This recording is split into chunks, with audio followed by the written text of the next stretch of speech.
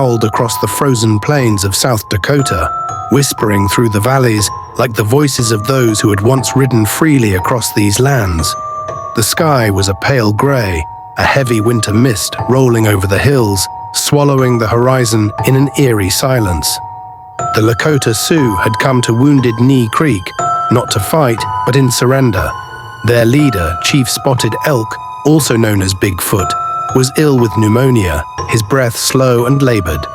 He sat weakly atop his horse, his body frail beneath a thick buffalo robe. His people, numbering around 350, were exhausted, starving and weighed down by the brutal winter that had chased them across the lands they once roamed freely. Behind them stretched a history of broken promises, of treaties signed and betrayed, of forced removals and massacres. They had come here in peace, hoping that this time the soldiers would let them live. But in the dead of winter, on the frozen ground of Wounded Knee, there would be no peace. From the hills above, dark shapes moved through the swirling snow. The U.S. 7th Cavalry, numbering 600 soldiers, had come to intercept the Lakota. They rode down the slopes in organized ranks, their blue uniforms standing in stark contrast against the white landscape. Their boots crunched against the snow as they formed a perimeter around the camp, their rifles resting in their arms, ready. At their head was Colonel James W. Forsyth, his eyes sharp and calculating. He had been sent here to disarm the Lakota, to ensure that there would be no rebellion. The soldiers surrounded the camp, positioning their Hotchkiss guns, small portable cannons, on a nearby ridge. These were weapons of war, capable of firing explosive shells at a terrifying speed. The Lakota, some of whom had already surrendered at Pine Ridge Agency, were unaware that these cannons had been aimed directly at them.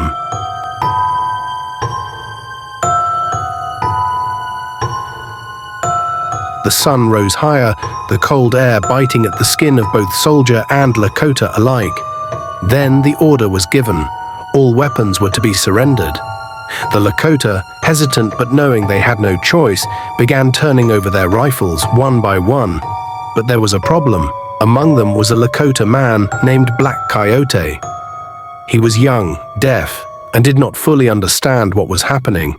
When soldiers moved to take his rifle, he resisted, his grip tightening around the weapon. He did not wish to fight, only to keep the one possession that made him feel safe. But to the soldiers, this was an act of defiance. A struggle followed. Voices rose, hands grasped at the rifle, and then a shot. A single deafening crack rang out across the valley. Silence followed for just a breath. And then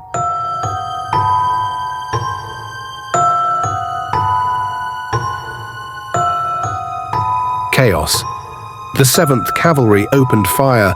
Bullets tore through the camp, ripping through teepees, through men, women, and children. The air, once heavy with tension, now screamed with gunfire, with the cries of the dying, with the panicked shrieks of mothers clutching their children. Chief Spotted Elk was among the first to fall. His frail body slumped forward, blood soaking through his buffalo robe as he collapsed into the snow. The leader of the Lakota was dead within seconds of the first shot. The camp erupted into chaos. Some Lakota tried to run, but they were gunned down before they could take more than a few steps. Others fought back, grabbing whatever they could. A club, a knife, a discarded rifle, but they were outnumbered, outgunned.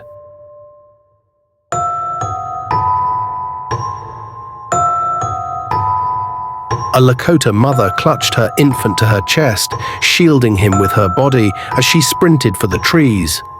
A bullet found her back. She fell forward into the snow, the child rolling from her arms, wailing as he lay beside her lifeless form.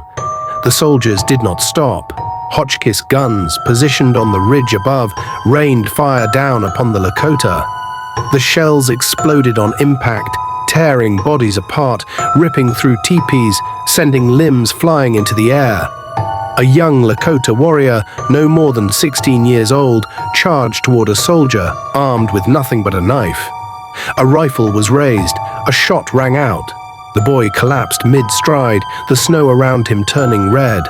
The massacre raged on.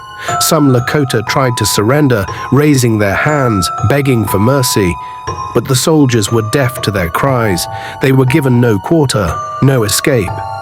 By the time the gunfire ceased, the snow was no longer white. Bodies littered the ground. Over 300 Lakota lay dead. Half of them were women and children. The valley, once alive with voices, was now silent, save for the wind that howled through the corpses, carrying away the last whispers of the fallen. The survivors, those few who had managed to escape the initial slaughter, were hunted down.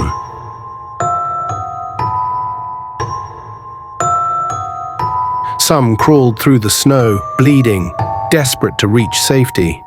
Some froze to death overnight, their bodies discovered the next morning, curled in the cold. The soldiers showed no remorse. They stripped the dead of their belongings, looting whatever was left. Lakota women's dresses, men's war shirts, children's moccasins, all taken as trophies.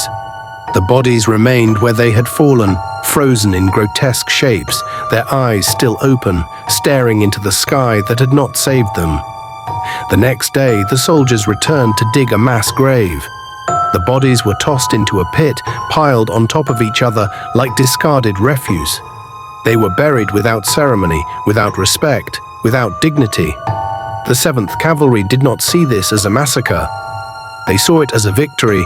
20 of the soldiers who participated in the slaughter were later awarded the Medal of Honor, the highest military decoration in the United States.